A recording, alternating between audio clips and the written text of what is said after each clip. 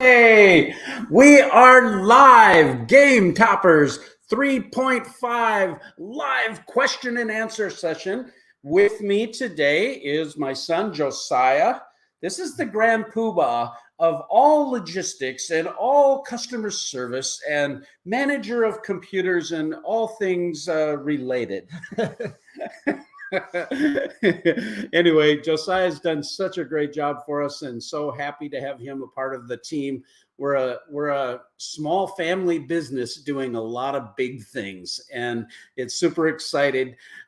Today we have a special guest with us that we're going to introduce in a few moments. So excited to have Joel Eddy from Drive Thru Games and Drive Thru Reviews. One of the things that I wanted to communicate quickly, just at the top of the show, this is being broadcast worldwide into all remote places in the world. The edges of the universe will receive this, so we need to inform everybody about the greatness of this. But we are doing our live Kickstarter 3.5, and people will say, well, why 3.5? Why not go from Kickstarter 3.0 to Kickstarter 4.0. It's really simple. Our last campaign was super successful. We almost raised $1 million. We've delivered thousands of Game Toppers and Game Topper package accessories all over the world, and we're just getting ready to deliver the European shipments from the Kickstarter 3.0. We've been delayed on one product that was really frustrating, and the timing of it was our dining covers. They're in production, and I just saw videos today of it. I'm going to share it on an update. I'm so happy to see this going the way it's going, but we're expecting that product in July. We thought, gosh, how do we help those backers that are overseas that have been waiting for their stuff, because we have to combine it all on a container to keep the price in line for your shipping and everything.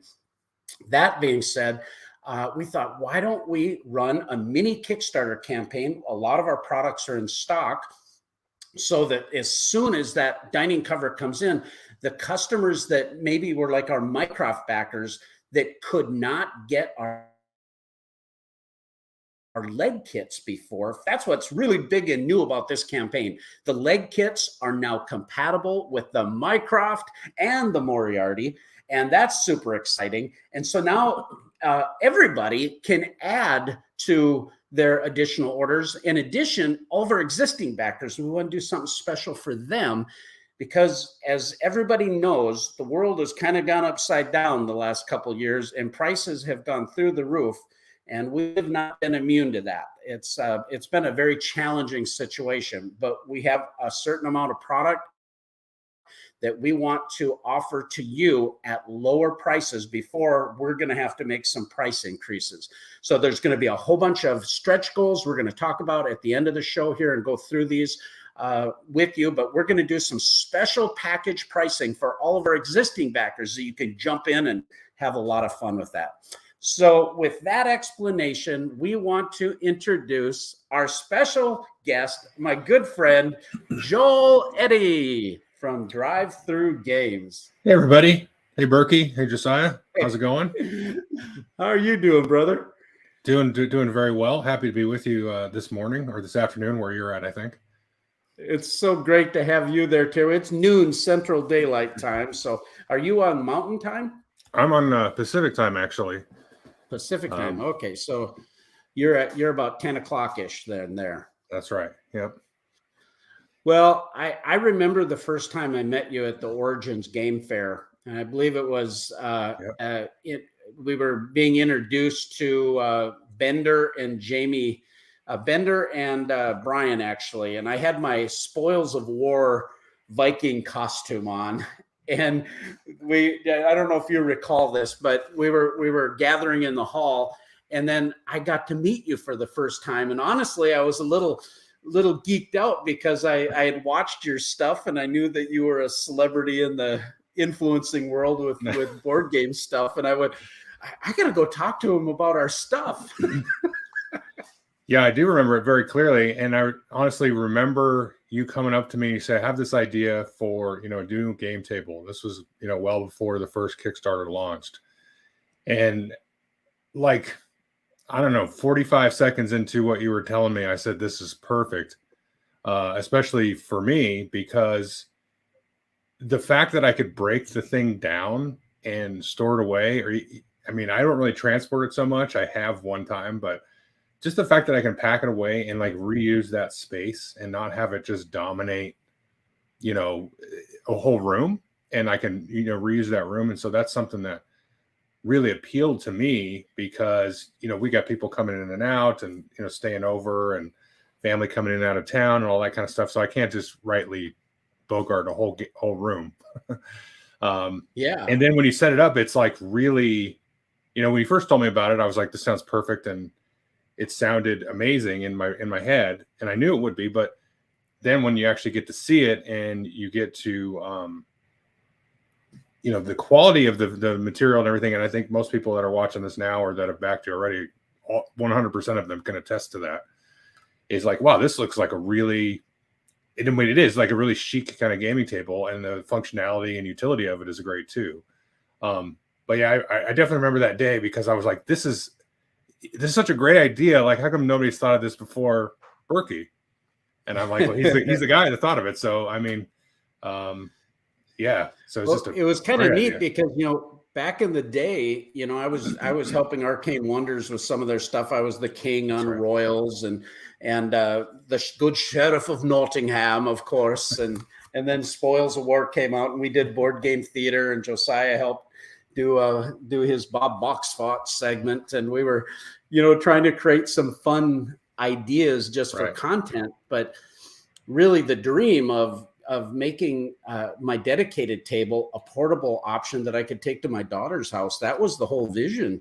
How do I increase our gaming? So it all came from just the love of gaming and the ideas. And then once I started to think, I think this is manufacturable, I think we could make it accessible, then it was a matter of just starting to tell people about it. And I remember that first year talking to so many. I remember sitting down with Rob and Christina at Blue Peg, Pink Peg, and we're sitting down at a table, and I had this little crappy video that I had made of my wooden prototype on an iPad, and I showed them that, and Rob looked at me and he goes, Berkey, you've got something really gold here. Yeah. Stefan from Yellow Games, he said the same thing. In fact, he bought 9 toppers for Yellow Games for that year's Gen Con, sight unseen. He loved it so much. Yeah. I can't even imagine how easy it is for a publisher to take down and break down tables, using this idea, as opposed to. Yeah, well, that was really the hope. And I mean, thanks to everybody here that has been backers and all of the special folks like yourself that have embraced our idea. We've been able to do something special and upgrade people's gaming. Mm-hmm. Absolutely. I see we have a couple questions in here. We've got one comment from Brandon. Yeah, this was a pre-show launch. I'm not sure if Brandon's still here. This was about an hour ago. It's a good comment. And one thing we want to do is invite you all to bring your questions on. We'll post them live here. We'll do our best to get through all of them. We're going to interview Joel and talk to him about what he does in the hobby and everything, but we'll kind of interject back and forth. So it might be a little choppy going in and out of conversations, but we want to get to everybody's questions, anybody's concerns, and we'll do our best to explain it to you. So Brandon says, he says, China is literally closing itself down for many months. Kickstarter is not a great way to go right now because of the whole logistics and some other political stuff. Yeah. Well, I think he has a point, because there has been a lot of concerns about these shutdowns because it has delayed production in China. Thankfully, Game Toppers, especially Game Toppers 3.5, everything that we're doing here is product that's in stock. The only thing we're waiting for is our dining covers. Our dining covers are being manufactured right now, and they should be done in 1 week. Then it goes to packaging. That'll take another week. And then it's the shipment. And so, I mean, it's possible we'll get them in June, but I'm telling everybody July and August, just to build in a little fluff because of possible troubles. most of our product is made in the United States. So that can give you some assurance. All the toppers, the aluminum that we get is made out of Michigan. It is brought to Fergus Falls, actually Minneapolis. It's powder coated. It's brought to Fergus Falls and manufactured at our manufacturer here. Our mold injected cup holders and dice towers and a lot of our accessories are made in Wisconsin. And so the vast majority of our product line is domestic, but there's a few things we have to outsource, like our game mats, our storage bags, but we are well stocked. So while that's a valid concern, I think on this for sure, you don't really need to worry about that too much. Jamie says, hey, Berkey, can we get a list somewhere of what Mycroft XL, the 4x8 mats, are available? The image on the Kickstarter makes it look like they're all available, but I think that's not the case.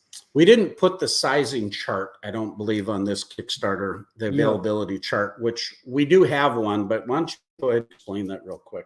Yeah, so with the XL mat sizes, being that it's a larger size that is a little less popular, we don't do all of the different designs in that size. I believe we have eight or nine, so 8 different XL sizes, like the red, the steel gray, the adventure. Green adventure. We unlocked the Viking, the wood grain, the space mat, the last Kickstarter, and we do have those still available. And the pirate. Yep, and the pirate. So those are available in the XL sizes, and in the Pledge Manager, when you're able to select everything, you'll be able to see what sizes are available, and we might get that sizing chart updated as well here. Yeah, that's a really good point. And you'll notice I just put it in text because we don't have the graphic done, but we've had a bunch of people saying, hey, I want an XL double mat bundle.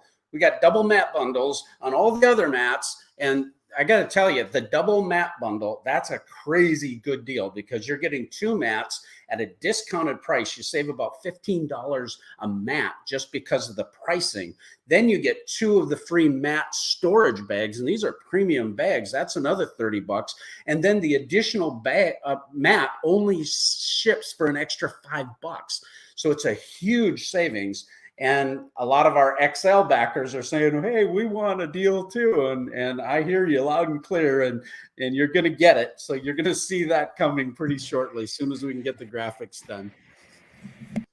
Germified says, any teasers for new game mats? Wink, wink. I assume they would be announced for 4.0.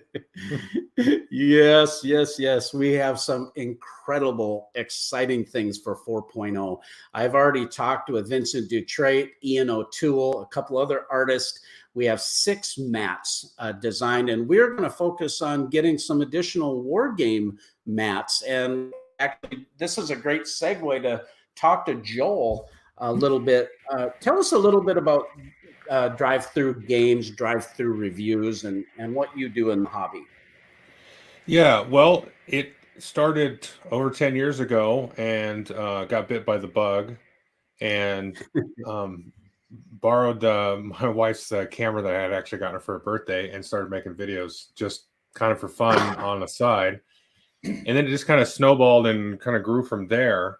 Over time, I've kind of moved away from just reviewing games into doing all kinds of things. I'll do videos about painting miniatures or top 10 lists and vlogs and stuff about just different topics. And I got a little podcast and all that kind of stuff. And so it's just kind of, for me, it's basically become sort of a parallel hobby to the games and the painting and stuff. And it gives me kind of an outlet to not just talk everybody around me's ears off, but the whole world about, everything. So, so I just, just been doing it for a while, and just, it's just been a great community overall since I started. And that's one of the things that you don't really expect. I think sometimes when you start something like this, you're kind of doing it for, whatever reason. And then you kind of fall into the lap of, a bunch of great people. And I think you can attest to this. And so it's just a good overall community, and, a good place to be. And it's, we're all playing games at the end of the day. So it just kind of keeps me coming back, Yeah, you've done such a great job. I mean, goodness, I think a lot of people have heard of Joel Eddy and Drive Thru Reviews, Drive Thru Games, and, your I love your intro, by the way, on your drive-through reviews with the little animation. Yeah. Yeah, I didn't. Awesome. I can't take credit for that. What's that? Did you do that or? No. I have no animation talent whatsoever. I'd have to look up the email. It was a fella in Europe. He's a viewer, and this was, geez, like 5 years ago or something. And I had like one that I had like paid for to do, and it was fine too. But this guy was like, I got to do it. I got to just do this for you, and because he's a professional, a really obviously great. Oh, animator. It's amazing. Yeah. And if you haven't seen Joel's drive-through reviews or his channel, make sure to go check it out on YouTube and Facebook. I think we got a couple comments here we can pop in real quick. Sure. And get back to our conversation. Willie says horror themed mat for 4.0. I hope. Yeah, we have a lot of requests for mats, and one of the things we hope to do towards the end of the campaign is also have what we did on Kickstarter 3.0. We're going to give some polls and different things out there for the new mats. We already know of some that are highly requested, but we want to continue to engage the community on that and be able to offer that. Aaron says half question, half suggestion. I don't see any social share goals. Might be a good idea to mobilize your existing customers to get the word out to new ones. That's a good idea. Aaron also says, would buy a Lovecraft mat. Good idea, Willie. The Cthulhu one is a bit too much water, not enough eldritch horror. Yeah, we've got a whole bunch of horror folks that are excited about that, and we actually have some ideas. And Trent says, hey guys, leg kits work great. My home seems bigger without the table underneath. As far as stability, it's good. Awesome. I saw those on the Game Topper Nation Facebook group. And for those of you that are first-time listeners or first-time backers at Game Toppers, we have a community called Game Topper Nation on Facebook. It's not a customer service site. If you have problems, questions, concerns, you just email us at berkey@gametoppersllc.com or support at gametoppersllc.com. We'll take care of you. So we just say, hey, listen, don't plug up the hole there with those kind of questions, but just share the fun of the hobby, ideas that you have. And Trent just posted a whole bunch of pictures of the new leg kits and comments, and the people are jumping in and they're seeing, and now other people are doing that. And that's so helpful for everybody to see what we're doing and how people feel about our product. And it's also a place where it's kind of a brain trust for us, so we can listen to our customers and find out how we can get better. I'm always trying to do that. Germified says, I think horror mat would be cool. Maybe an industrial/steampunk mat would be cool too. That's an idea. And then Tim says, Drive Thru Games and Secret Cabal have sold me on Game Topper's Reichenbach Fall package. Looking forward to it. Question, the dungeon mat, are the squares 1 inch by 1 inch? Yes, they are 1 inch by 1 inch. And thank you so very much. We've been very blessed to be connected with Jamie and all the folks at the Cabal and with Joel, of course. And Joel, so tell us how you got into... Did you start out as mostly a board gamer, or did you start out going into miniatures and 40K and all that right off the bat? No, yeah, that came much later. I started playing games like Catan and stuff like that back in 2002, 2003, that kind of time frame. And they were still like bringing the stuff over at that point. It was, the hobby wasn't even really a thing here. And I just randomly, ran into a friend basically that had this Catan game. And then, slowly but surely over the next few years, things kind of started to pick up a little bit. And that same sort of group of folks, there was a guy there that he would like bring games over, and he was really in tune with Board Game Geek and everything. And so, yeah, I just played like Euro games for a long time recently. Now, when I was a kid, I played all kinds of stuff too. Played a little Dungeons and Dragons and stuff like that, and Monopoly, of course. You were that Stranger Things kid, right? Yeah, right. Yeah, I'm the one that I'm still stuck in the upside down there sometimes. But yeah, and then I just started getting into stuff, and the hobby itself started to diversify. Because there was like deck building games came out, and I played Magic before, a little bit and stuff like that. And, so things just started to expand and diversify and, mix together and all this kind of thing. And somewhere along the line, I bumped into, well, you can see above my head, there's some of these games have miniatures in them. I wouldn't call them miniature games, but right. You start to, things just kind of start to come into your orbit. And then I'm like, oh, let's check this out. Let's check that out.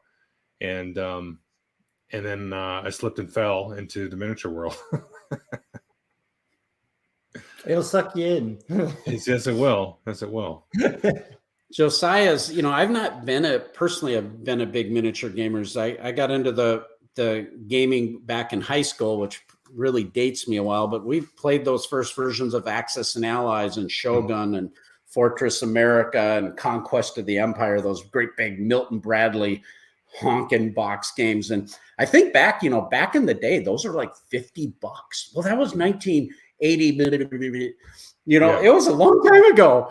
And you still see a lot of board games are in that 50, but you think for 30 years, I mean, whatever it is there, prices, I mean, you still get some of these big games, not that much more comparatively for the time. And right. Josiah, though, however, he's been a big Star Wars Armada and Legion and D&D and doing a lot more with Song of Fire and Ice and different things. You can probably talk about that better than I can, but that's where the miniatures audience, it's something that our product is really great for.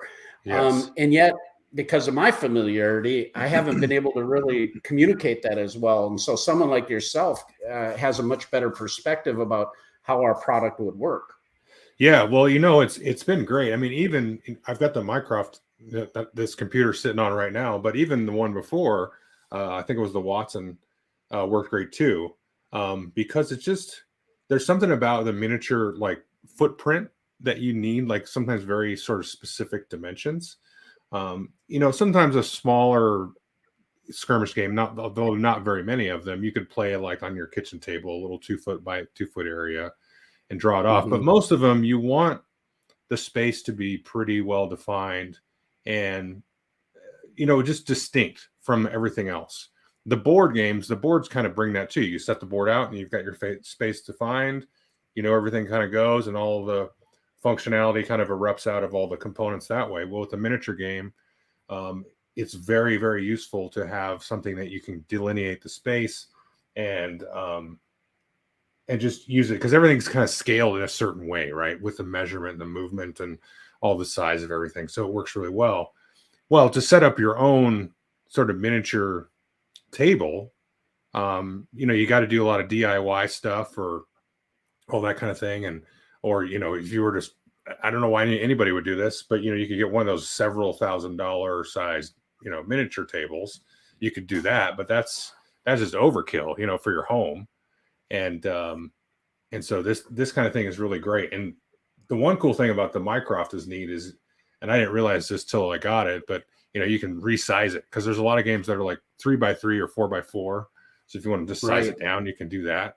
Or you can leave it in the Mycroft size, but then the bigger games are all 6 foot by 4, by 4 foot. And well, you did that on Joel actually did a lot. He created a video, by the way, that's a great video of the Mycroft at the bottom of the campaign page. So please check that out and you'll see his full review.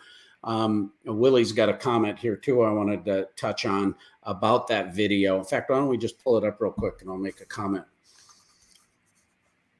So Willie Loomis says, Joel is a good reviewer. He seems very genuine. Some other reviewers come across a little too much like salesmen for my tastes. Well, I think that's definitely the truth. Joel is just just a normal folk out there that's communicating what he thinks, and I've always felt that way about Joel, that he's just always had a really great, honest approach and no nonsense, just average Joe type of presentation, and I love that about him. So I agree. When we redesigned the Mycroft, the first generation Mycroft was 2 3-foot halves. and you could buy an accessory rail to make it an Adler topper. Now that's a standalone topper for us. It's fully assembled that you don't have to add the rail and you can't take it off. But back then that was the idea. The problem was it was huge to ship. Yeah. A problem. And then the other problem was backers were starting to say, hey, I want a little bit longer Mycroft. I want to be more than 6 foot. They wanted to go 8 feet. So we got thinking, how do we do that? We can't have a 4x4. And then we had people that had round tables and they wanted 4 foot by 4 foot also. But we knew we couldn't ship it. It would just cost a fortune because it goes into an oversized dim category and it's very complicated. And so we thought, how do we do that? We re-engineered the Mycroft to be 3 24-inch segments. Well, the 2 end segments have the rails on them. So you put those 2 bad boys together and you've got a 48 by 48 Moriarty. Mm-hmm. Now, Joel, he was so kind when he made his video, he made pictures of his Moriarty with Dark Tower, right? Yeah, Dark Tower and then also Frostgrave as well. Oh, and Frostgrave. Yeah. It was awesome. And then all of a sudden he popped it out to make the Mycroft and he showed his 40K videos with the volcano mat. And then he did your Age of Sigmar on our green war terrain mat. They were just fantastic. Yeah. Yeah. It's really great. And the other thing I want to mention though, is the nicest thing. Let me just pull it out here. Actually, I got it sitting right here. Is this thing right here? The silliest thing is, there we go. I love this thing. Double cup holder tray. Yeah, because it just does so many things. So you can have it just be solid like this and lay books or components or whatever on it. And if you don't want to die, you take this off and then you can punch these in, and put cups in there. And it's really sturdy, actually. Like I have used that tray for so many different things. Like I've set my laptop on it if I'm doing like some kind of weird streaming configuration or, heavy-ish things. I wouldn't throw, 100 pounds on it, but it really, it's really sturdy and really holds in there like that. And so I've just got a couple of these around the table and just keeps the gaming space clear.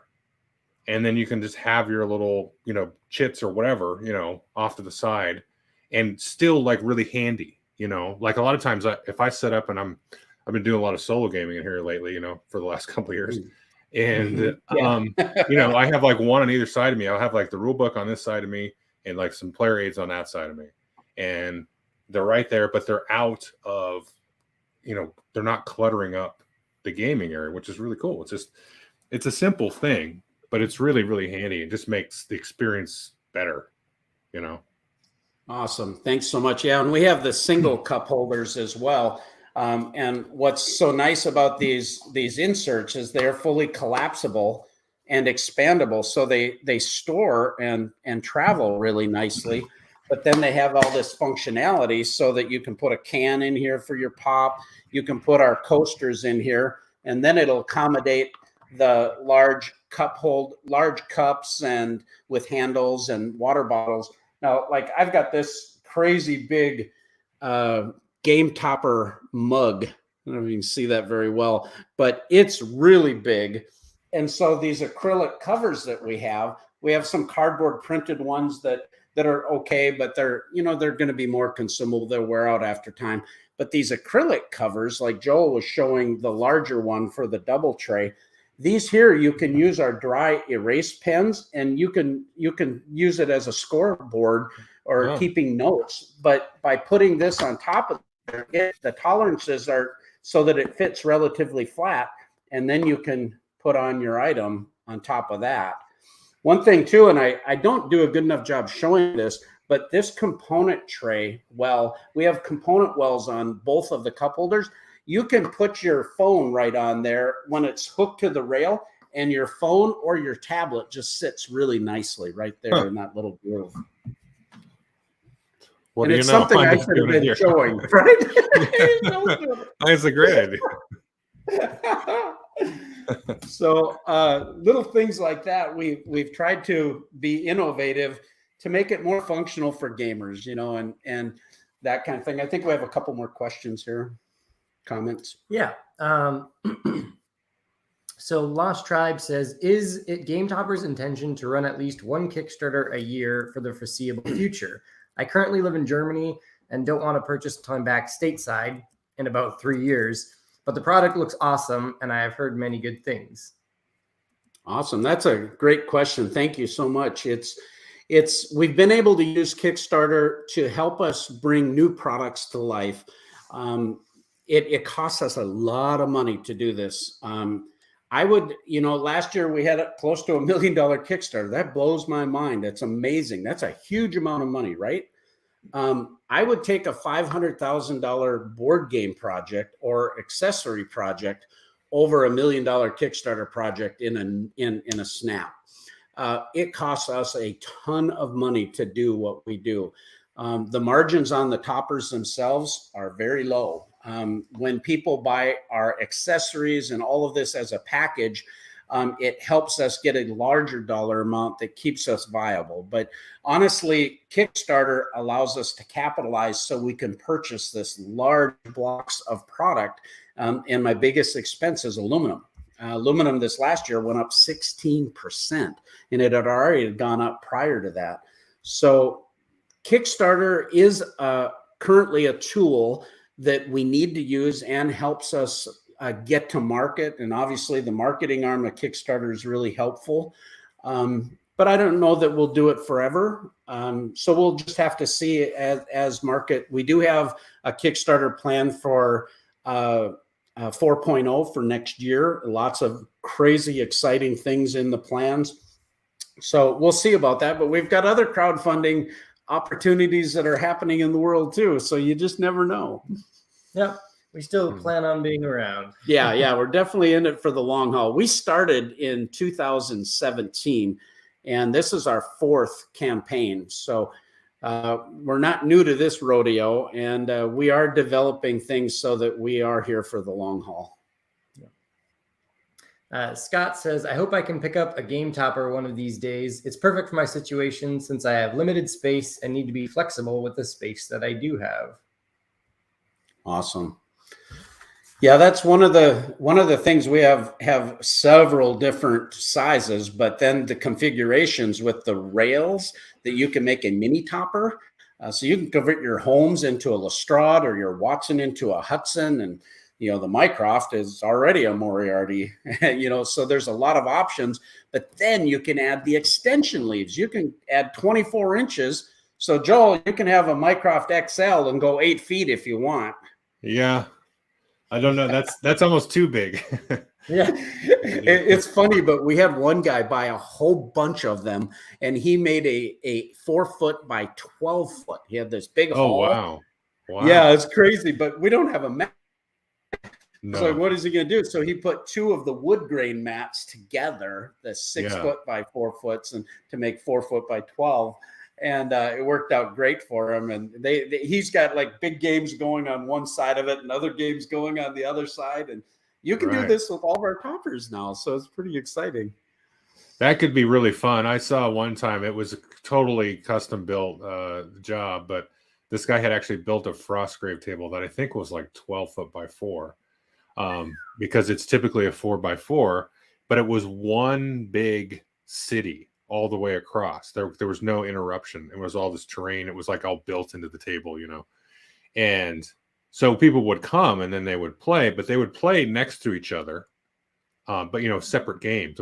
When you walked into the shop, it was this huge, massive city. So I could see doing something like that. Give me some ideas here. But yeah, that'd be so cool, right? Yeah, it would. Just fill that thing full of terrain and have 6 people standing around going at it. That'd be fun. Well, and having that campaign going from one to the next almost. Yeah, exactly. Would be pretty cool. Exactly. It'd be just fun to sit and look at, right? Yeah, exactly.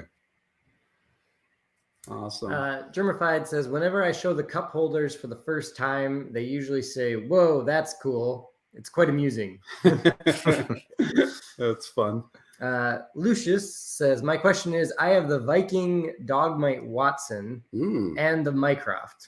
Awesome. And the Mycroft. My house is small and I only have room for one table at a time. Do I get the Mycroft dining top since it's more versatile? Good question. Yeah. So at the moment, we do not have the dining cover for the Mycroft size topper. That's something just with current material costs of the MDF that we use. It's something we're not quite sure we're able to do at this time, but we are still pursuing that and looking at that. We have some design specifications, but it still has some work to go to get some prototypes and make sure it's viable. So that's something we're planning for the future. So for now, I think you should get a Watson dining cover, because this is actually one thing I want to mention. I currently am using a Holmes at my house, and I play a lot of miniature games. And some of those games like a little bit wider of a table than the Holmes, which is 3 foot by 6 foot. Mm-hmm. There's some games that just want that little bit of extra space. And with the dining cover on top of the Holmes, I have a prototype that I'm using. It gives you the rail that on each side, that dimension is really added to your topper. You get about an extra 6 inches to your total width. And that makes a really big difference for some games. So you're able to kind of put a mat on top. The dining cover has raised the height of your topper a little, so it's a little higher when you're standing up. So I actually think the dining cover is fantastic for playing miniatures on top of. Wow, it's a good idea.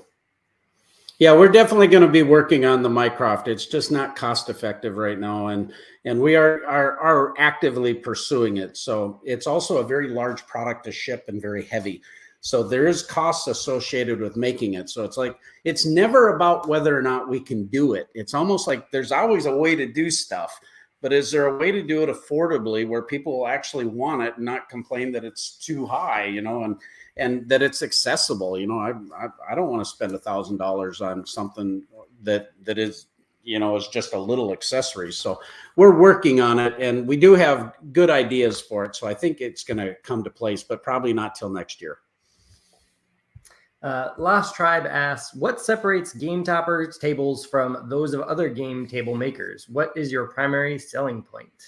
This is a great question, and I'll let go a third-party backer user also talk about this. But for me, it's like I don't like negative selling, so I have no negatives against the competitors that are out there building tables. There's some companies out there that are building beautiful tables. Wormwood has some amazing quality craftsmanship.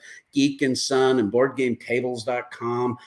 These are all good folks. Raskellers. I mean, there's. You might say, well, why are you telling about your competitors? Well, they're good folks. We're all trying to create something in this hobby that has a variety of different feels and looks. And we feel that our product is incredibly versatile. It's portable. It's expandable. It doesn't lack any of the functions that a lot of the higher end, more expensive tables cost. And that's part of it. Sorry, is. Did you say that again? Yeah, say that again. It's not more. This dumb phone.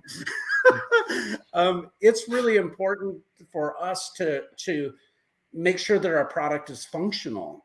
All of our thematic game mats. I mean, we've got 20 styles of high quality stitched edge 3.6 millimeter game mats that provide these awesome thematic environments, and we're going to keep doing more.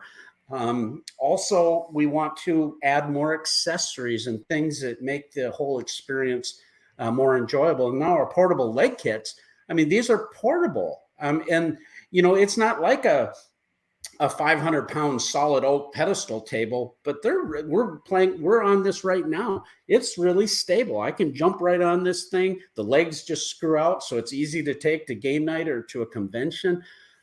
These are the type of features we're offering, and that's all that I would like to say is this is what we have, and talk to our backers, go to Game Topper Nation Facebook group, talk to others, and ask them what they like, and then you'll get an idea of what's best for you, and that's ultimately, I think, what's important. So, Joel, how do you think about that? Yeah, I mean, I'm really just going to piggyback on what you said. Like you said, there is a place for that really like over the top deluxe heirloom type of piece that you pass down from generation to generation kind of thing. There's a cost involved with that. It's something personally that I don't have interest in for something like that. But I've been at folks' homes and places that have a nice table like that, and it's like, holy cow, what a great piece of luxury this is. So like you said, there's nothing wrong with that kind of thing. We talked about the versatility, and the other thing that struck me, especially with this, is like the scalability. Is you can kind of like work your way into the really, where it looks like an heirloom piece, because if you just get the table at first, and then you can get a leaf later on, and then you can get a couple accessories now, a couple accessories later, you can get this mat now, and then so as your budget allows, and your space, maybe your space changes, right? So all the stuff you got previous is not going to be worthless. I still have some of these old, I don't know if you want me to show it or not, but the old like wooden oh yeah accessories. This is one of the old cup holders now. They don't make it like this anymore, but I still keep it. It still works with the new topper. It goes right in there. And this one has like cork board on the top, and then the I don't know what this brass. Yeah, the aluminum cup. Aluminum, yeah. So that goes in there, and there's no reason for me to get rid of this. It works great, and it's just an extra cup holder to have. So everything's been, and like you said, and then you can work into the leg kit. So if you don't want to get the leg kit now, you just got like a cheap little Costco picnic table or something like that. You get that, and then as your needs and economics change and your desires change, then you can go along with it, and everything just kind of builds on top of itself. And that was a cool kind of surprise here. Just experiencing myself. He used to have the Watson, and then now the Mycrofts in here. So yeah. I think one thing too that we innovated after the first year was our luxuriant rail, which allowed us to put in the wood inlays. So our first generation, we had this Waverly stained oak. Then we went to the luxuriant natural oak and the walnut. And this, when you talk about heirloom, I love high quality woodworking, but our military grade aluminum rail is super stout and very durable. I mean, like you said there, you got one of our very first prototypes, and that's over 5 years ago. And I was just talking to Derek Funkhauser yesterday on a live interview on the Board Game Spotlight, and he had one of those units too. He says, this thing has been through 3 moves, and it looks just like it did. And we've got like 30 publishers that use these in all their show kits, and a lot of big companies like Simon and AEG and Renegade Game Studios, Arcane Wonders, and Gray Fox Games, and I mean just a plethora of companies. And they go from convention to convention, quick tear down, throw, volunteers smashing it all over the place and putting it away quickly. You know how it is at the end of a show. And these things look beautiful. So they're really durable. This is something you're going to be able to last. And then in addition, you can have these high quality finishes if you just want to go that next notch. I see Rolling Dice and Taking Names is in the show here. Yeah, a question for Joel. I've heard Joel likes Hot Pockets. Is this true? Well, that has to be Marty. That can't be Tony. That's got some Marty comment there. Yeah, Marty Cannell and Tony McCree from Rolling Dice Taking Names are good friends of ours. And I just had the opportunity to be on there at the table show the other night. We interviewed, we had so much fun. By the end of the show, man, you got to watch the outtakes because we were laughing. It was so much fun. I think that show's dropping for them next Tuesday. But thanks a lot for joining in there, Marty and Tony, whoever. So it seems like there's a story here with this comment. What is that? Yeah, what is the Hot Pocket? Yeah, so I don't know if you watch Jim Gaffigan. He's a stand-up comedian. Okay, yeah. Yeah, so I get a mistaken for him periodically. Now I have lost a little weight over the last couple of years, so not as much. I can see but if that you go back now. a couple of years, it's I'm a little more poofy here. So Gotcha. So when I was younger, I looked like the guys from the Proclaimers. I don't know if you know who they are. They did that Wild Walk 100,000 miles to and the Johnny Depp movie. I can't remember what the name of it is. What's Eating Gilbert Grape or something. Anyway, they had a big hit that year. When I was younger, I looked like that. Now I look like Jim Gaffigan. That's hilarious. Jamie Rowley says, got to admit, I got that Mycroft table with those carry bags, and boy, did those bags feel amazing. And so did my muscles lifting them. Still great that you make it an option. Thanks so much. Yeah, we really went a couple extra notches on the game storage bags. They're padded with this really heavy, dense padding, and we spend extra money on it. But then also the reinforced zippers and the way our handles are designed so that it won't tear. And we went through a lot of gyrations, and these bags are expensive to make and they're expensive to ship, but we just felt like we need to protect this product well. And I don't talk about all we have so much stuff. It's hard to talk about how it is until you actually feel it. And, people say it all the time. They go, wow, Berkey, this is way better than it looks on screen or what it looks on the internet, and when people actually get to play on it and actually get to touch it, it's a whole nother game, right? Yeah. I want to say also, a lot of my friends locally in my kind of local game group all have these. Wow. And it's not something like where they've seen it, in person with me, and then I'm trying to think. I mean, most of my game group has at least one of these, and we love it, and so yeah, it's great. And then I just want to make a comment there before Marty so rudely interrupted us. But I recently moved, like basically 2 years ago. 2 years ago next week actually, and having to move one of those big honking, wood oak tables, I was so thankful I didn't have to do that because it was just, unscrew the little latches here, slip, slide it in the side of the moving truck, put some blankets over it, good to go.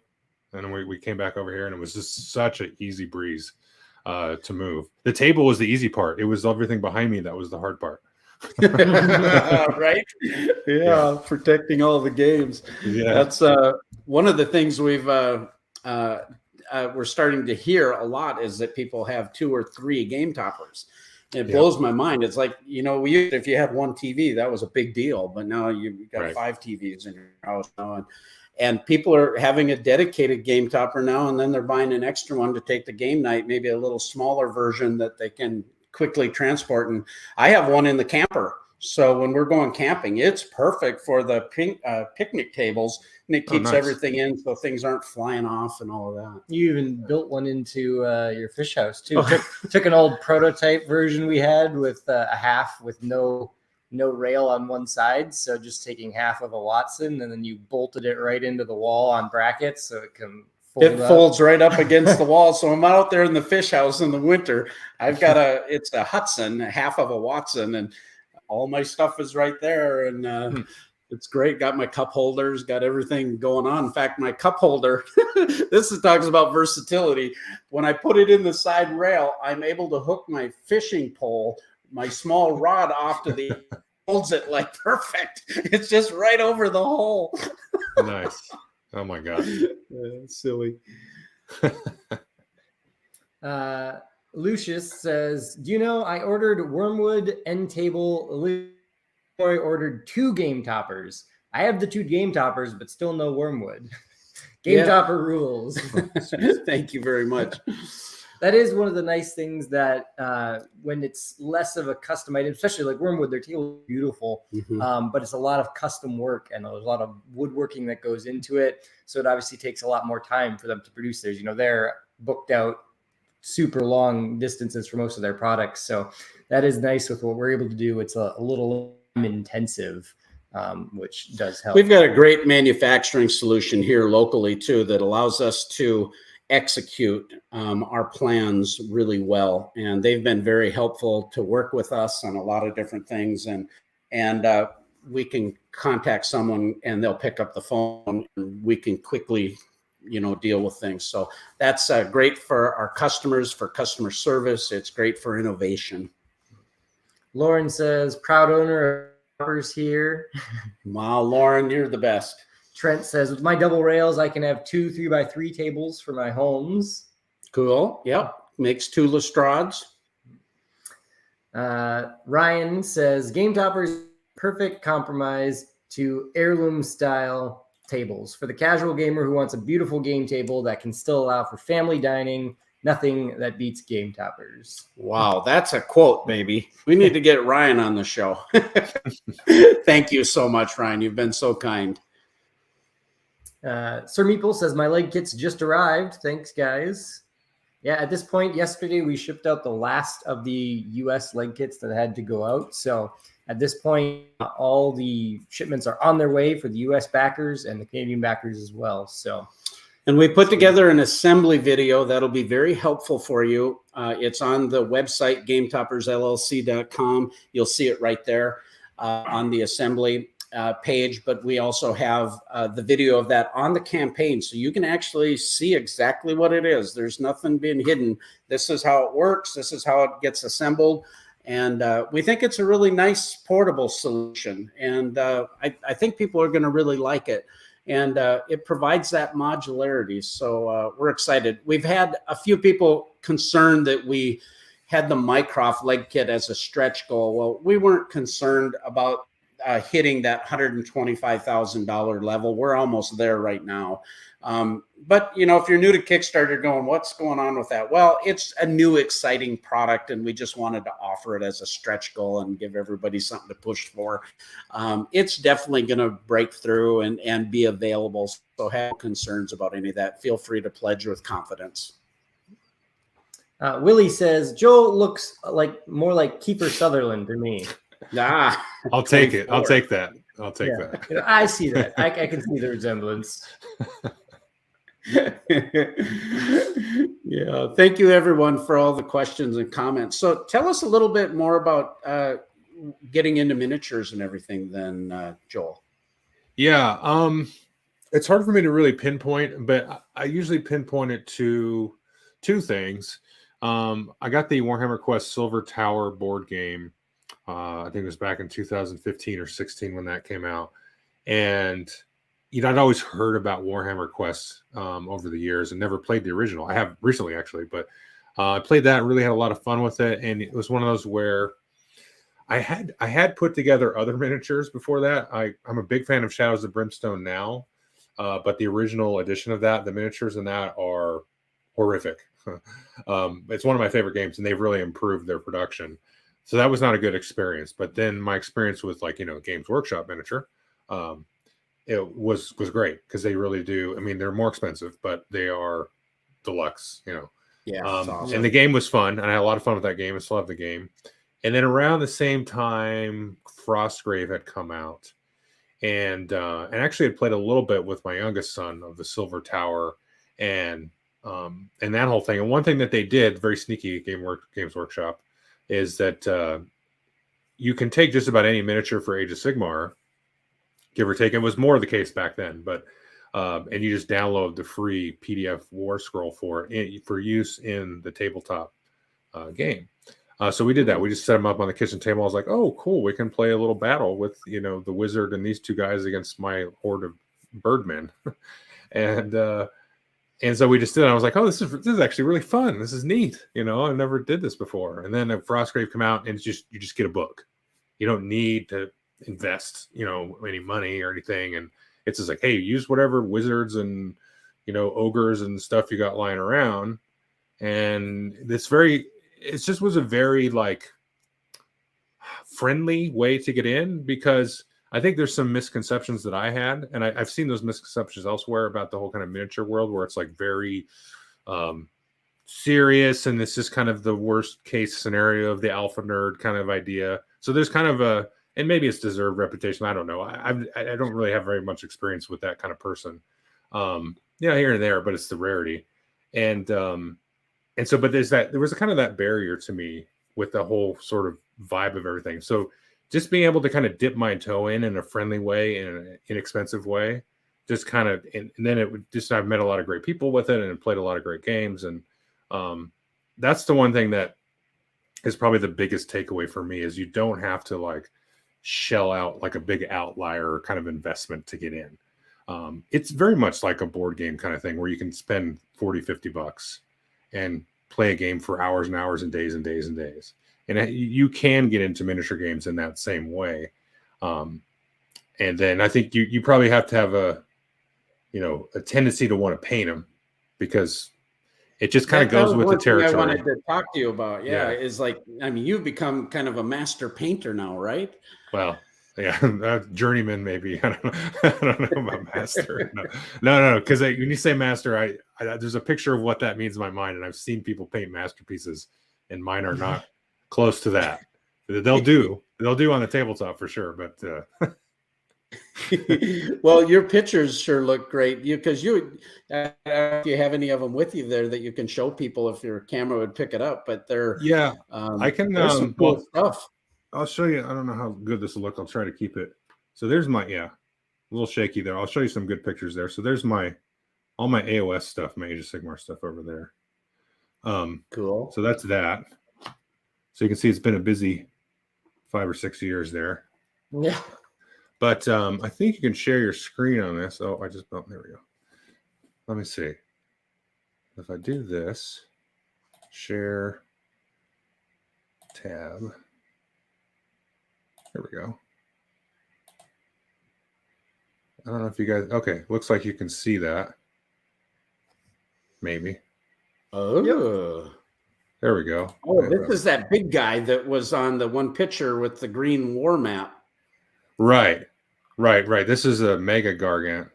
Actually got first place in the they have a monthly Board Game Geek miniature painting competition kind of thing. And this guy gave me first place. This was a lot of fun. There's actually some oil paints and stuff in here. So I've been really, experimental with kind of the stuff I've been doing. So this is probably my favorite piece because of that. But if we go way back in time, let's see here. Wow. We can take a look here. So you can see I've improved for sure. Like, this guy here, this is very, not much special going on there. But that was cool though. Yeah. So it's just been a fun journey, You had that set up on one of your setups, I believe. Probably. Oops. Let's see here. So I can go back to my list here. Look at some newer stuff. Let's get out of these old ones. So here's some 40K stuff here. This is some Rogue Trader stuff. I had a lot of fun with these. But yeah, you can see I think that's the green mat there underneath there. Okay, cool. So you guys have these guys are maybe a little too gross for some people, but you do Blood Bowl also? Yeah, I haven't really stuck with Blood Bowl. Being a reviewer, I get a lot of games and stuff, and storage space is probably the most valuable thing that I have in terms of my game collection, just because, I get new stuff and there's stuff that I just let go either to the game group or to the Union Gospel mission and stuff like that. That's really good. And my group teases me about it. They're like, didn't you give this a really glowing review? And I said, yeah, but I don't have room to keep everything. So Blood Bowl's kind of moved along. I try to keep a diversity in my collection, so to speak. So I have, I'm having a brain fart. It's, where's that thing? Oh, Rumble Slam. I couldn't remember the name. It's like a wrestling game with miniatures. Okay, yep. Let me see if I don't remember when I painted those. Yeah, I bet you I can find it. But yeah, it's from a company in the UK. It's a small company. I think you can only get it directly from them. But it's kind of like fantasy wrestling. So if you think of Blood Bowl, it's like fantasy football. There's a bunch of, ogres and different things like that for Rumble Slam. Let's see. Yeah, I hear Jamie talking about Blood Bowl, and Lance Meister and Josiah played it too. I know on the video game, but I'm interested in it for some reason. Yeah, I enjoy Blood Bowl. I hear some Rumble Slam guys. Blood Bowl's a really fun game. It's definitely kind of, in my opinion, the epitomization of a beer and pretzels game, where you're just there to have a good time, because Blood Bowl is always going to have some crazy twists and turns. Yeah. I like that kind of game. See, we got Scott says that Joel shared his first painted mini in a recent video. Has come a long way. That's right. Yeah, I just did a video the other day talking about all kinds of stuff, and I still have my first one sitting over there on the shelf. This little dinky skeleton guy. But it's kind of fun to reminisce about it a little bit too. You know, we reminisce about when we first got into the board game hobby, so to speak, and those kind of things. But I look back, I have all the prototypes that we built of our game toppers. I have 5 wooden prototypes. I have them all. Someday it'll be like one of those Indian motorcycle museums, and I'll have them all across the wall or something. I don't know. But it's fun to think about, you know, okay, this is how we started at the time, thought it was really cool. And then now I look back and go, well, that was great, but I'm glad we're getting better and better. Yes. Yeah, absolutely.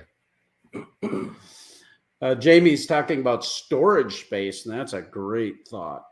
Yes, that's a new idea for a game topper product. Display cases for your miniature armies. We have lots of plans in the future for Game Toppers to grow and expand its line. It just, you know, we're a small company doing really big things. You know, there's really 4 of us doing all of this. My wife works part-time, and and my daughter works part-time doing our graphics. But that's why it's, I mean, we're just a family business that's putting this together. We have a full-time worker in the warehouse too that's just been fantastic for us. And we hope to continue to grow that, but we're just taking it kind of slow and steady and make sure that we're smart in how we expand. And for me, developing any product, it really has to meet my standards of quality and delivery expectations. So we put a lot of extra time, and maybe I'm a little overcautious rather than just slapping everything up against the wall, but that's kind of the way we proceed. Especially the last 2 years, you know, have to be a little more cautious than perhaps you could have been in the past. Yeah, exactly. With, very wildly fluctuating shipping and production costs. Aaron's got a comment. Aaron says, good luck with everything. I'll be stocking the Kickstarter, waiting for an XL mat pack or an XL upgrade option for the format. That's a thought. Pack bundle. That's a thought. We want to talk about some of our stretch goals. I think we want to respect Joel's time here too. I know we're answering questions and everything here, but we want to go through some of our stretch goals. And just feel free to chime in on this. We're going to just go through a couple of things that have unlocked right from the start there, and a couple of things that will unlock shortly. All right, stretch goals. First one, we unlocked early fulfillment. And all that means is as soon as those dining covers come, all of the overseas orders that are already here, ready to be packaged, these add-ons that you want to add to or make another pledge of, or the new leg kits, all of that kind of stuff, that's going to go first. We want to honor all of those backers that are in Australia, New Zealand, the United Kingdom. Our pledge manager is going to launch June 2nd. So when I'm at the UK Games Expo, you'll be able to even late pledge there. And as soon as I get home, a lot of that stuff, it's just within a few weeks, is going to be starting to be in the process of being packaged and shipped overseas. And for those of you in the United States and Canada, please don't feel that, oh, why are they getting it first? No, they've been waiting. Everybody in the United States and Canada has already gotten all their Kickstarter 3.0 stuff except dining covers, at least with the leg kits now being shipped. That being said, that is not going to delay us more than maybe a week or so.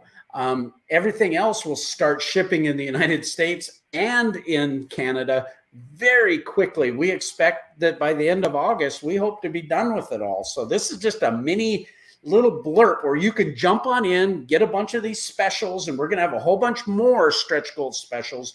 And then you can take advantage of it, and it doesn't delay the overseas shipments by doing this.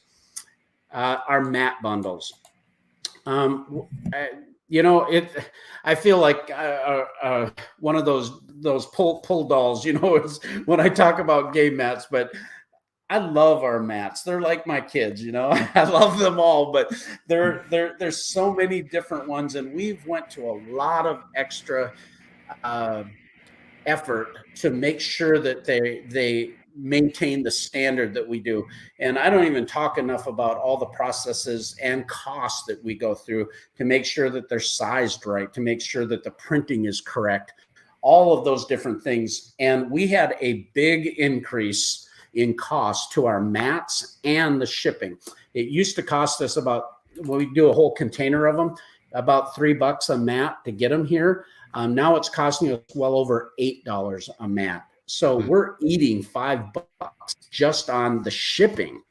Well, we felt this Kickstarter, we're not going to change those prices. We're going to just give a really great, excellent special to all of our existing and new backers. So if you want to get more mats, this double mat bundle is a crazy good deal. The prices are going up. In fact, if you go to our shop right now, you can order mats directly, but they're at our regular prices.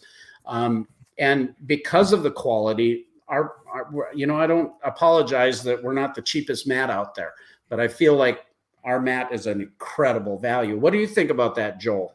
Yeah, I mean, I agree. I have mats from several companies.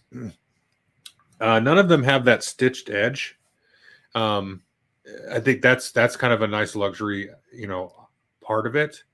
And to me, it just adds a little bit, and it just adds a little bit of that kind of the extra weight on the edges of it to kind of keep it taut from curling. Right? And yeah. So it really helps keep it taut. And because I don't really give two thoughts to how I, you know, roll them or store them or anything. You know, I just kind of roll them up, throw them in the bag, throw them in the closet, and they just kind of like hang there. But I don't have any issues with the game topper mats. You know, once I decide to unroll whatever mat I'm going to do, it just kind of comes right out. And then I think because of those edges, it kind of keeps it, you know, sort of pinned down around all the edges. So yeah, I really like them. Well, one of the things too, it's, you know, some people focus on thickness of mats. There's definitely, like, most of the mats that are not stitched edge usually are 1.5 to 2 millimeter. And we did some of those initially, but they tend to have a memory, and you can see if they've been folded, you know, like he got his what was that great big round mat for the war game? War room, you know, and it was all folded up, and you couldn't get the creases out of it for nothing. The memory. Right. Well, thickness is not the key. Thickness is important for picking up your mats, but the density of the actual material, and the neoprene that we use is a denser material. It's not super spongy and foamy. And that's a big deal, because that type of mat, it's harder to get it to cut to the right size. It's harder to do a lot of different things.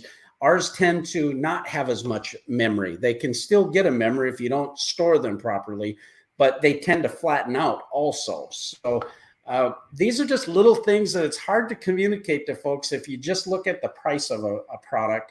I've really done a lot of research on this and really just said, this is the type of product I want out there. And so we just went to those extra steps. All right. The rail bundles. Yep. Go ahead. Jump in. You can get a rail. You can get the smaller mats. You convert your Holmes to a Lestrade, or your Watson to a Hudson. Then you get the mat. And if you go, the next stretch goals already unlocked, you now get a free double rail storage bag and the storage bag. Now, what do you think of our storage bags, Joel? They're great. It's as far as the bags for the you know, the actual game topper pieces, it's a wonder that you've made a bag that doesn't rip and tear at the weight, because when I got it, it had like one of the sections was in one bag, but the other bag had actually two sections in it. So I don't know what it weighs, but it's, you know, it's hefty. It's pretty hefty, but I don't worry anything about the bag ripping or anything like that. It's really good quality stuff. And I like with the game mat bag how there's like the little window in it. So once you start to get a handful of these, you're like, okay, which one is this now? And having the window is like, oh, it's just easy to, you know, grab the one you want. It's great. And we thought about that idea, and then we actually put the hangers on both ends also. So depending if you want to hang it up or whatever, and Right. but we did our best to make sure we were using the right type of nylon polyester material to make it really durable so it wouldn't tear. And then also the stitching on everything. We've done a lot of reinforced stitching, and all these things cost more, but it's like we want it to last. So. Yes. So that's there. And then our mat bags, people love these. And normally these are $15 on sale a piece. They're $19 retail, $15. And then all of that shipping is always the shipping cost, but we can ship 4 of them for the same price as one. So you basically get the extra 3 shipped free in a sense. And we've knocked the price down to $25. We've never had a 4-pack that cheap. I just thought we've got enough stock right now. Let all of our backers that want extra bags, they can jump in there. At 100,000, we've got the leaf. So now you can get the leaf for your Watson, your Moriarty, or Moriarty to make a Mycroft, your Holmes, or to add another leaf to your Mycroft. And that's a leaf. And then you get the XL mat. Now, these mats are super heavy and really big, and they're really expensive to make. Anything that's that big is really expensive. It's expensive to ship, everything. Well, that's a great value. And then right next to it at 110,000, I think it is, we unlock, or 105,000, we unlock the game haul bag. We'll talk about that in a second. But you also get that heavy duty leaf bag. Now that's a $79 bag. Joel was referring to as Mycroft. The Moriarty, the 2 24-inch segments go in that Mycroft bag, and there's a zipper on each side. You put 1/2 in, 1/2 in, and that thing is about 65 pounds. And so, like he said, it's designed to handle the heft. But then the leaf comes in its own storage bag in the Mycroft package. But if you're buying an XL, you're going to want to protect that product. And so we just thought we're just going to include this. It's also going to make the shipping better for you. We don't have to charge you another shipping fee to send a bag after the fact, all of that. And we just thought, let's do something crazy. And that's that. The game haul bag. You can see behind us, we have the game haul bag. And the game haul bag, this is our collaboration with Top Shelf Fun. And they've done some really great bags, and just a pleasure to work with. They did Jamie Keggy's Secret Cabal game haul bag, and it's basically the same thing. But this thing can handle 4 of your standard Ticket to Ride size games. It also has 2 side pouches. It has heavy duty reinforced zippers. It has a shoulder strap and or a hand strap. Super great. These are not cheap. The shipping after we bought these went through the roof, so we ended up paying a lot more than we had planned.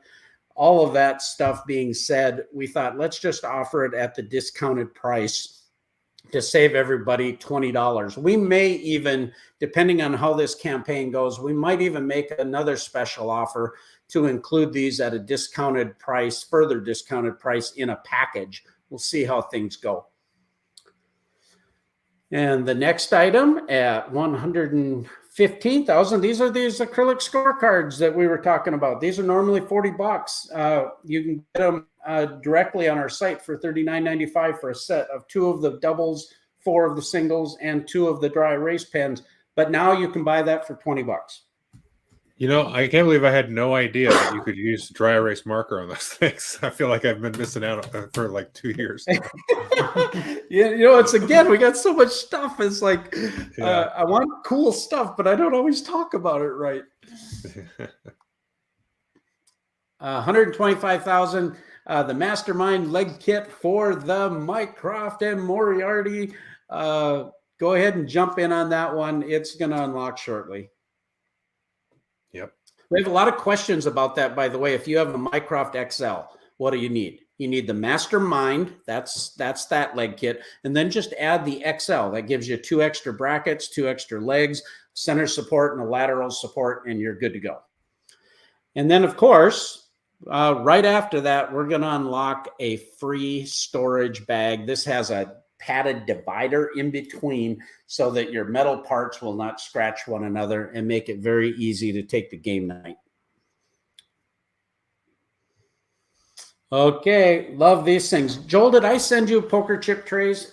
Yes, I am unfortunately situated, but they're all on the other side of the table. Yeah, I've got a couple of those. Yeah, those are super nice. These are so cool. Not only are they for poker chips, which they are designed for, so it's great for poker night, that kind of thing, or games that are using poker chips. But a lot of people use these just for components. We decided to make a crazy deal on these.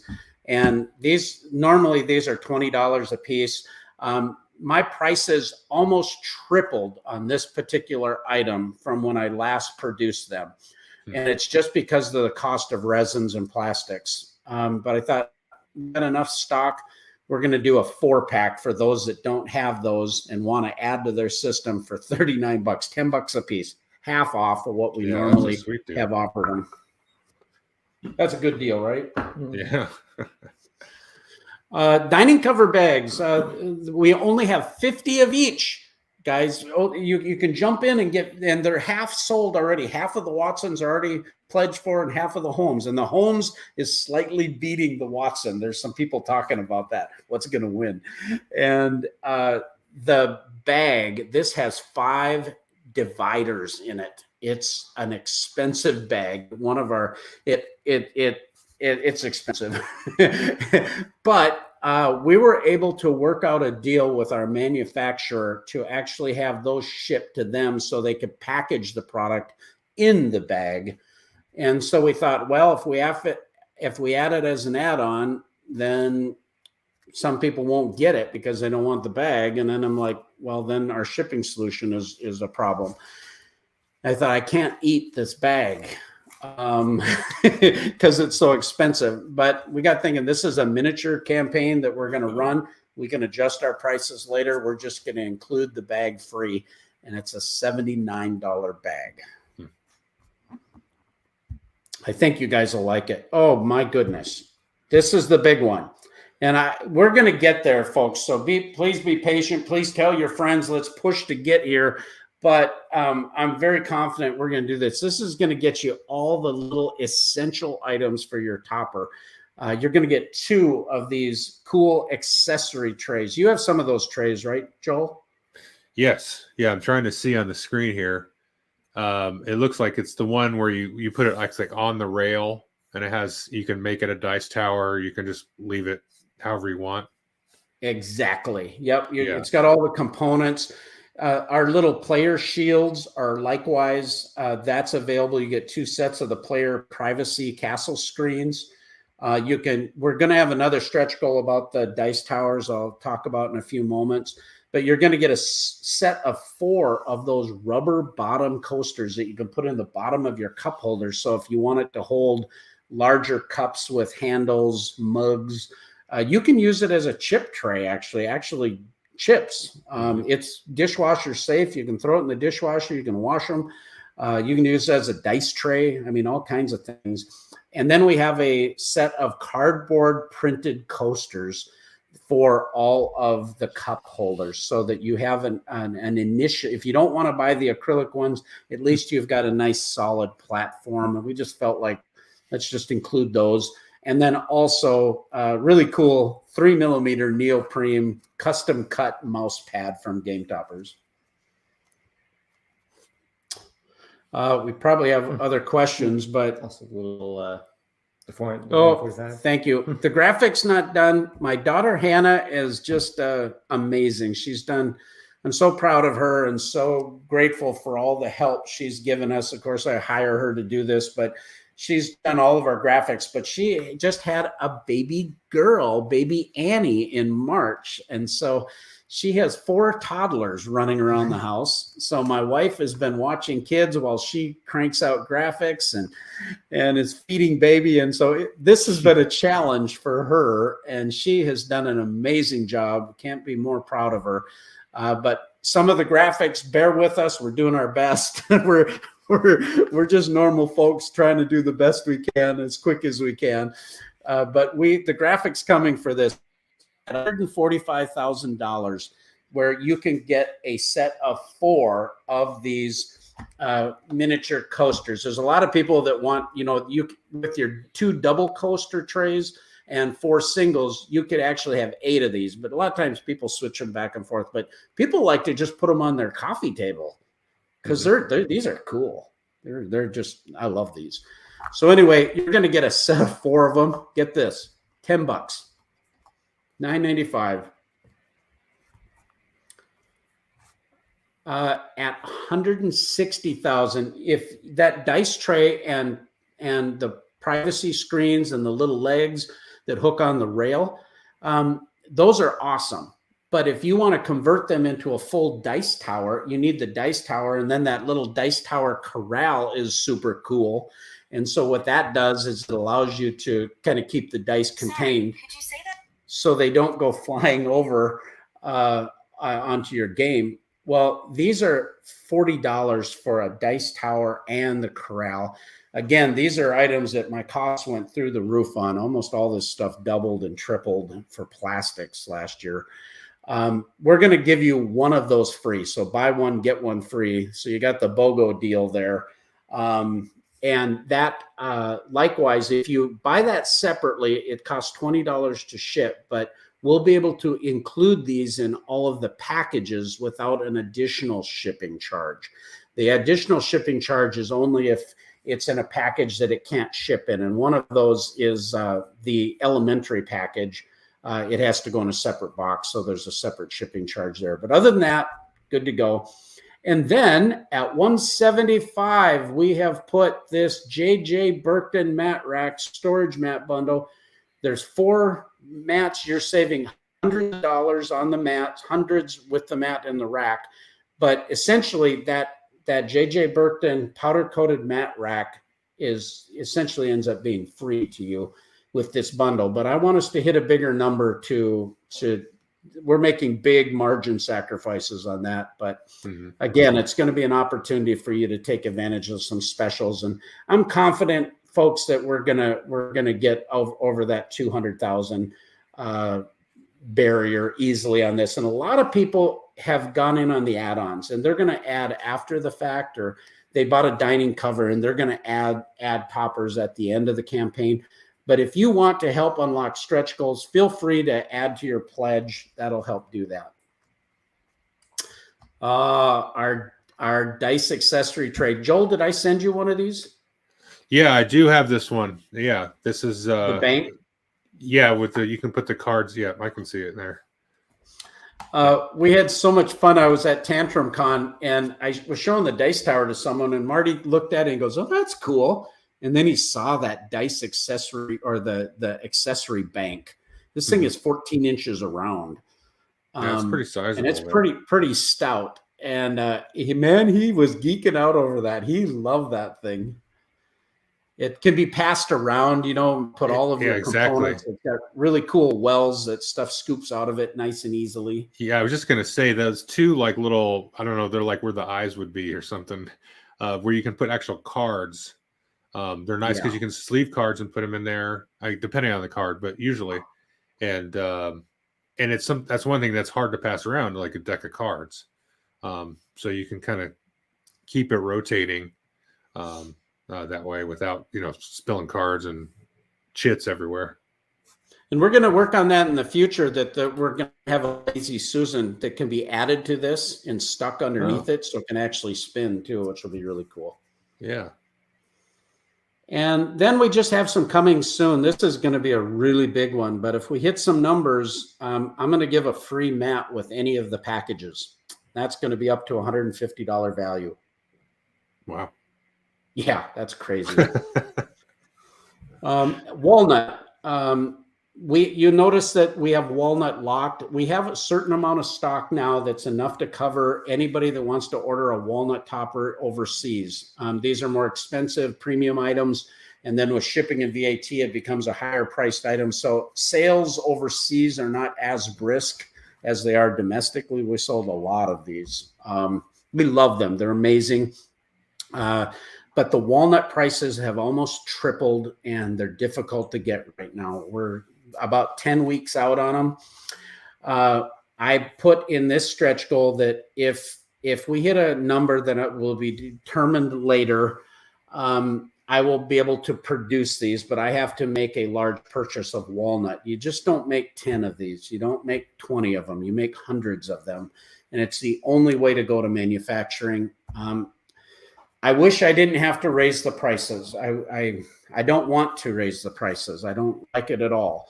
I'm not making even more money when I raise the prices. It's like I'm just covering what it's cost us to go, what our manufacturing cost has gone up. I'm actually losing money margin wise. And it's frustrating, but it's just where we're at right now with supply chain.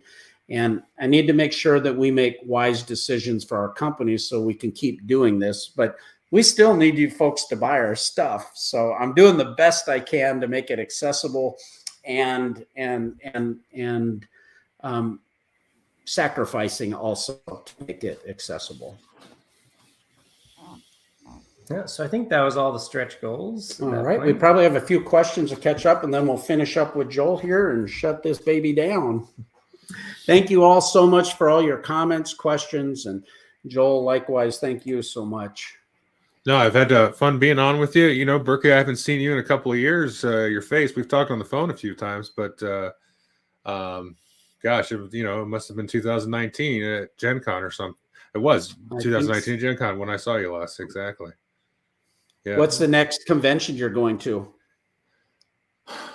I'm not sure. Outside shot at BGG Con in November, but we'll see. It just kind of depends schedule wise, with work and all, everything. And same thing for me. I'm going to the UK Games Fair here in June. I'm going to be going to Dice Tower East, and we do have a booth there. So if any of you are going to Dice Tower, I do actually need some help in the booth. I have one person coming with me. But then I'm planning on going to BGG, but we're not doing Origins because I'm at the UK Games Fair, and the timing with this here just doesn't work. And Gen Con is in question because of our fulfillment and everything likewise. But nonetheless, I might be able to show up to Gen Con. We'll see. All right, questions. All right, so Aaron says, oh man, if you guys figure out affordable modular miniature storage, I'll have to buy that too. Ryan says, I'm definitely stocking up on more mats this time. Thank you. I'll find an excuse to buy a pirate-themed, Roman-themed, and a Great Wall-themed mat. Awesome. He also says, not to diss table or frontline gaming mats. They're just okay, but their mats have that memory problem Berkey mentioned and always curl at the ends. I've never seen mats as nice as game toppers. Oh, thank you. Thank you. Thank you. And yeah, I've done saying our mats, and I have some different mats that I've got for miniature gaming as well. And ours really do have that nice flat surface. And I'm really excited for the future when we 4.0 and perhaps beyond, when we get some more terrain themed maps, specifically kind of with wargaming in mind. Because at the moment we've done a couple. We have our green and our white mat that we've offered in the past, which are both fantastic for miniature gaming, but getting some extra themes and colors and designs in there just to give people options and choices is something I'm really excited for. So yeah, and we're gonna work with our community to get the ideas. I've even talked to Joel a little bit about it, and Josiah likewise, and other miniatures and wargaming. We're going to try to come up with some cool stuff. We can only carry so much. It's like Josiah says, well, where are we going to put it all? We have 162 SKUs of game mats in our warehouse. You should see our clean pick room where, it's just wall-to-wall pallets with all the different SKUs for every different size, because we have 11 sizes and 20 styles. Now, we don't have 20 in every size, but you know what I mean? It's a potload of stuff, man. But it's exciting. Scott says, I love the Secret Cabal game haul bag. It's my favorite bag for game nights. Awesome. And then Atlanta ASMR fan says, any idea how sturdy the Mycroft would be on top of a 48-inch round table? I'm concerned about the 79-inch length, but I like the 55-inch width. It's the only topper that will completely cover the table edges. And I would say to you that I would probably look at the Moriarty rather than the Mycroft, because with the Moriarty being the 48 by 48 inch play area, it actually has that same outside dimension of 55 inches. So that would completely cover your round table and sit very well, and you have it where the cross supports on the edge are actually supported on the table. Correct. So that's the perfect size for a 48-inch round. You know, and the thing to think about there too, if you do decide to go to a Mycroft, you still have the Moriarty, but you can buy a standard leg kit. Now, depending on the height of your table, our legs are 28 inches, but they have adjustable screw bosses on the bottom that you can go up another 3/4 of an inch. So you could buy a standard leg kit. So the majority of your topper would be supported, but then your ends would be supported with the legs over that table. That's just a thought of something you could do. Mm-hmm. Ryan says the poker trays are actually perfect component trays too, especially with the little legs for sliding onto the rail. Oh, that's a good point. When we talk about these, the legs that come with your dice accessory trays, we have those same holes in the bottom of the tray. So this could set on top of the rail, or it can plug into the rail like the cup holders if you need it to be more like hidden components, that kind of thing. Mm-hmm. And Ryan says it's nice to have the poker trays if your accessory trays are already converted into dice towers. Yeah. So, Lauren asks, any hints on future mat themes? One of the most popular themes for the new map was the horror theme, an all water map, a train themed mat, a steampunk mat, horror, and I'm drawing a blank here because like a dinosaur, a jungle type themed, Jurassic theme, and then a Egyptian themed mat. And then we have some other ideas, and I've already talked to a couple of these artists about that, and it's going to be kind of exciting, I think, once we get it all figured out. Lots of possibilities. Germified says, I have room for a few new mats and maybe a dice tower. And then lastly, Edward says, I would love to see a video / demo of how solid the accessory trays are when attached to your tables. Yeah, there's quite a few videos, like every one of the video reviewers on the bottom of the campaign. And honestly, if you go to YouTube and just Google game toppers, you're going to get about 30 reviews. There's a bunch of reviewers and influencers that use these, and they show you exactly. You can handle a full computer on it, no problem. Yep. Joel, you could probably speak to this. Yeah, I mentioned it in my review video, and I mentioned it earlier on this live stream here. So like this one here, this one latches right in there, and I easily set my laptop on there, but also, stacks of board games. I don't know what the threshold would be, but much higher than what anybody would really realistically need on there. You could put a giant stack of books on there, or I don't know what, but it holds a bunch of stuff.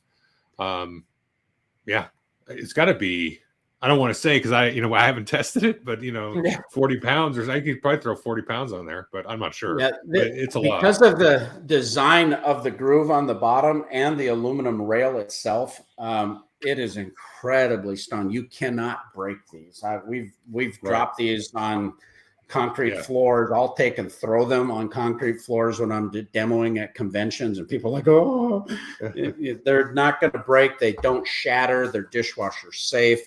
You really don't need to worry about, be concerned about anything that would be realistically used. Right. They're not to sit on, but no, I would. That's the only thing I can think of.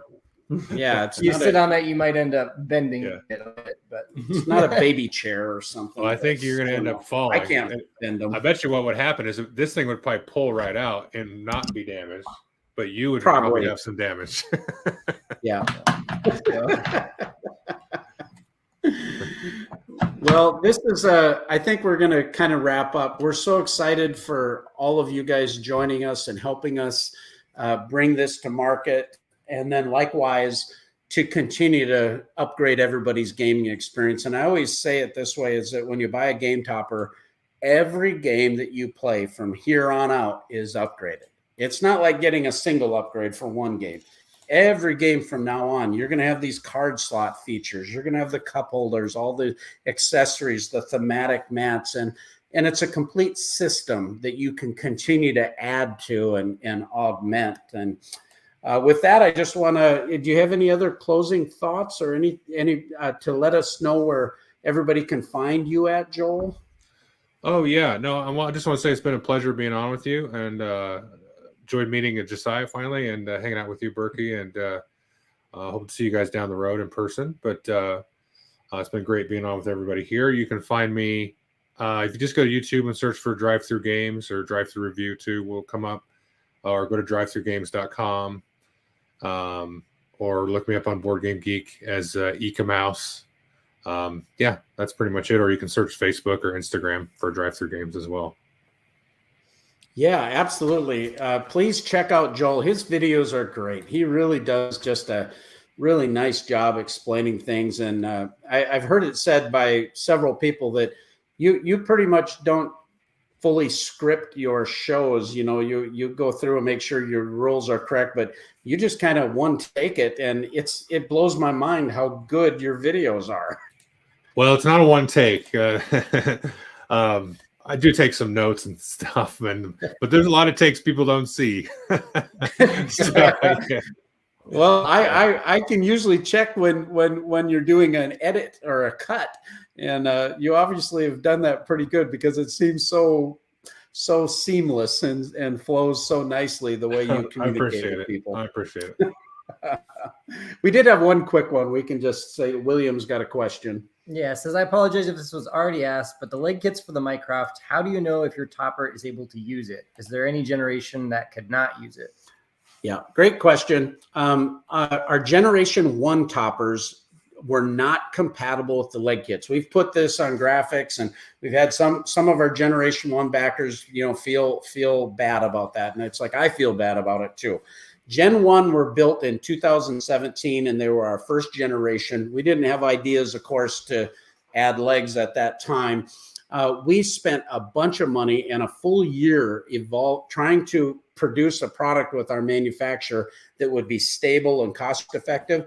And all three of the ones we tried, they just weren't. We had one that was okay, but it was crazy expensive and it looked crappy.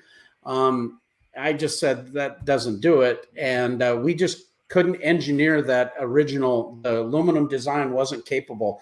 And we needed to introduce the screw channel all across the underside of the topper. So if you have a second generation or beyond topper, that means after 2018, Kickstarter 2.0 for us, that incorporates the screw channel.